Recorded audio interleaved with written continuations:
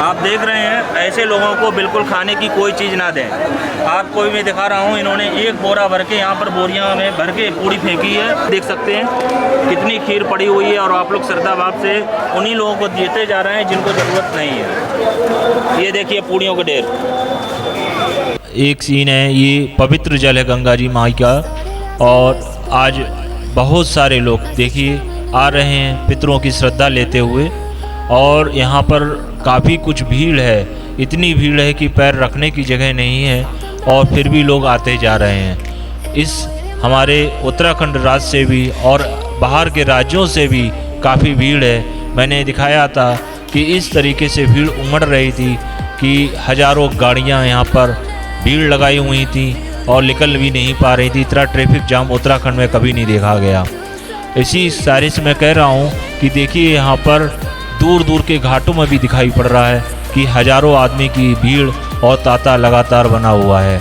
ये देवी माँ हैं, इनके अंदर एक दुर्गा जी की मूर्ति होती है जो श्रद्धा भाव से लाई जाती है, और उनका पूजन स्नान वगैरह करवाया जाता है, और गंगा जल में ही उनको करवट दिलाई जाती है। और यहाँ पर स्नान करने का विशेष महत्व है। यहाँ पर आरती भी होती है।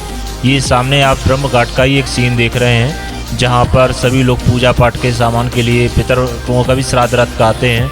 सभी यहाँ पंडित लोगों का एक एक छतरी लगी हुई है, और सामने काफ़ी सुंदर ही पुल बने हुए हैं। ये पुल कुंभ के स्नान पे बनवाए गए थे, और इसमें करीबन 109 करोड़ रुपए का खर्च आया था।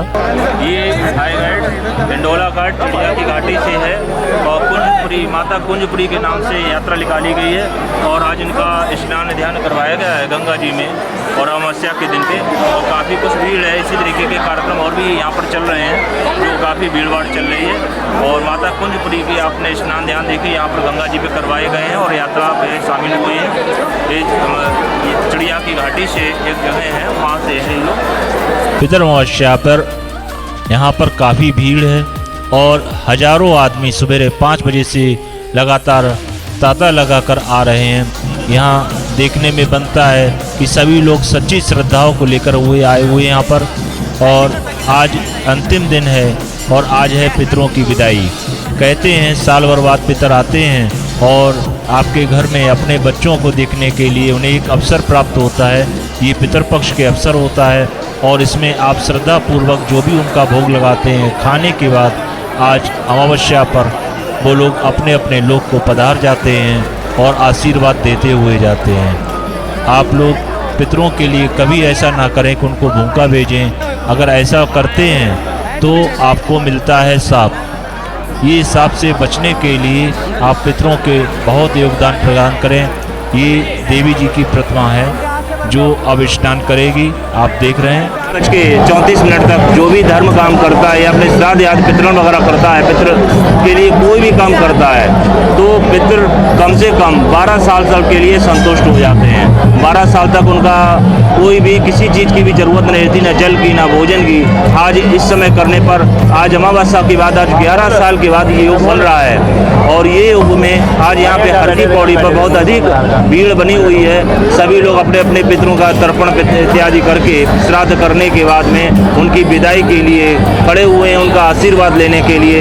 ये एक ऐसी जगह है जहाँ पे धार्मिक और पुनीत कार्य किए जाते हैं, और देश विदेश से लोग आते हैं। हमारे पास में एक सज्जन भाई जी बोले बैठे हुए हैं। ये भाई जी यहाँ पर बैठे, भाई साहब कहाँ से आए हुए हैं? दिल्ली से है, शालीमार बाग से। अच्छा जी, आप कितनी बार यहाँ पे आ चुके हैं यूट्यूब चैनल?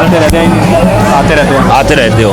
आपके संग इस समय पूरा परिवार आया हुआ है? हाँ, फादर आए हुए हैं, मदर आई हुई है, ब्रदर आए हुए तो आपने यहाँ पर भीड़ भाड़ या व्यवस्थाओं को देखकर कैसा अनुमान लग रहा है? अच्छा लग रहा है, काफ़ी अच्छा महसूस कर रहा है। तो भाई साहब यहाँ पर जो व्यक्ति आता है वो काफ़ी अच्छा ही महसूस करता है। और आज विदाई है हमारे तर्पण करने के बाद पितरों की, और इस विदाई में शामिल होने के लिए यहाँ पर हर की पौड़ी पर हज़ारों लोग उपस्थित हुए हैं। और मैं आप सभी को दिखाना चाहता हूँ हर की पौड़ी के दर्शन।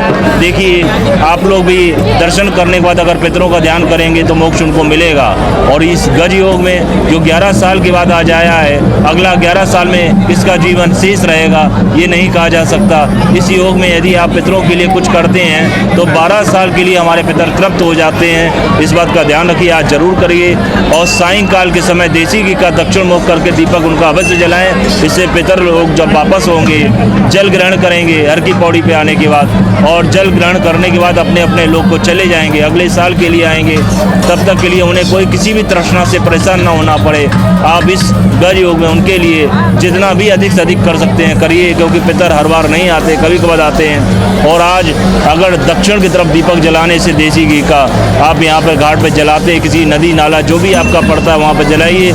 इससे पितरों की बिल्कुल मोक्ष होगी और रोशनी में ही अपने घर के लिए वापसी होंगे।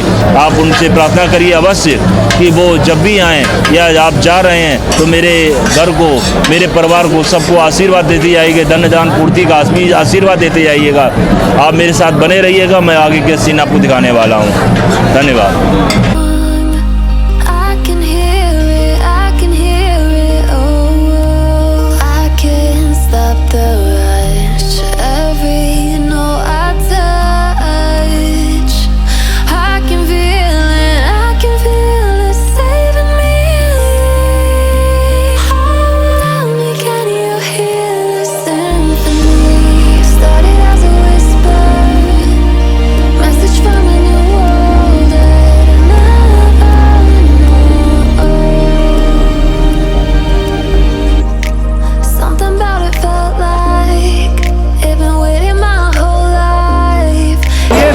हाय गाइड्स, मैं यहाँ पर आया हुआ हूँ पुल पे, और पुल के पीछे देखने में बनता है तो हज़ारों आदमियों की आज भीड़ चल रही है। और आज दोपहर हो चुकी है, 3 से 4 का वक्त हो रहा है, फिर उसके बावजूद भी देख रहे हैं कि भीड़ थम नहीं रही।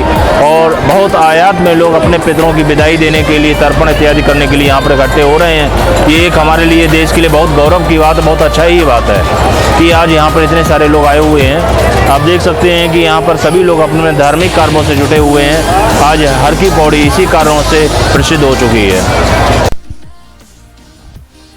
आज विशेष अवसर है गज छाया योग।